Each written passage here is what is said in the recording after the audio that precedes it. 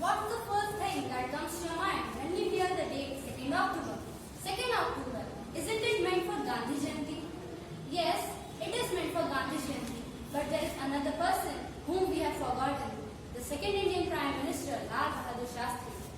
Lal Bahadur Shastri, as we all know, went to Tashkent in 1966 to sign a deal with Pakistan. Beforehand, we had the war of 1965 between India and Pakistan, in which India defeated Pakistan. So as per the treaty, our Prime Minister went to Tashkent and there he signed the treaty. But exactly 6 hours after the signing of the treaty, he died at 1:32 in the morning. No one knows how he died. The majority of the people say that he died due to a heart attack. But I believe that that was not the reason. He did not die a natural death. Many people also support my statement. So I think to clarify this, we need to highlight some facts. First of all, the hotel at which the other members stayed, Shastri was not staying there. He stayed at a separate villa with the staff. And in that villa, there were no doctors, no oxygen. And Shastri was already a heart patient. He had already suffered 2 heart attacks. But then also, there was no doctor. There was not even a doorbell, a help bell, or even an intercom in the room of the Indian Prime Minister. So, I want to ask that why did he not have these basic facilities that even a normal citizen could afford? After this, when his body came back to India, his body was bluish and it had cut marks on it. I accept that if a person dies, his body will decompose and that body will turn bluish. But what about the cut marks? And those cut marks also had dry blood. When the family of Shastri saw his body, they requested for a postmortem. But the postmortem was denied. His body did not even get a postmortem. This is a basic right. The Indian Constitution grants it that if a person dies an untimely death, he will get a postmortem. But that was not the case here. After this, many people forgot about this incident. After this, exactly 10 years later, India once again became a colony. This time, India did not become a British colony. This time, there was someone else. First, socialists. We have heard the word socialist. It is in the preamble of India and the Constitution of India as well. But earlier, when B.R. Ambedkar framed the Constitution, this word was not there. He said that by adding the word socialist, we would kill the very meaning of democracy. Second, the state of emergency was also declared during this period, 1976 onwards. During this period, state of emergency was also declared. What I want to ask is that what was the threat that the world faced from this short man?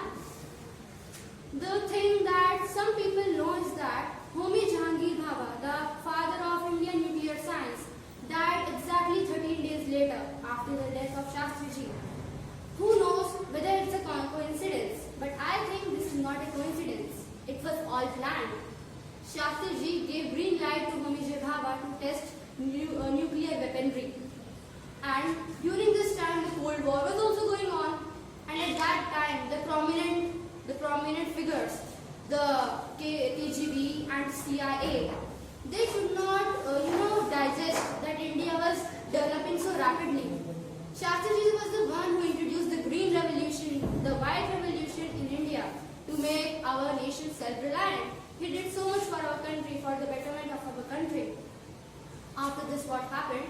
The KGB. This is not what I am saying. It is written in the records. Vasily Mitrokhin. Vasily Mitrokhin was a KGB agent, or I can say an archivist. He wrote secret notes during the rule of the Soviet Union.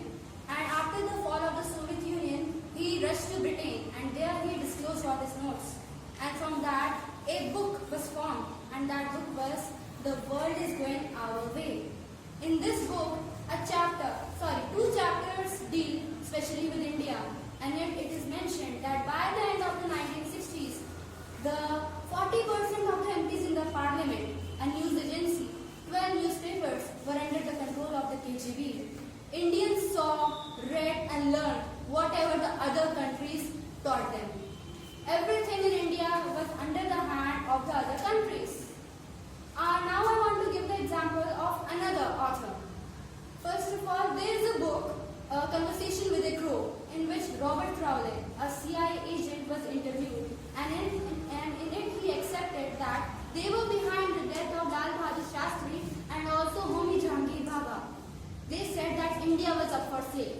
India was up for sale? See what a line, India was up for sale.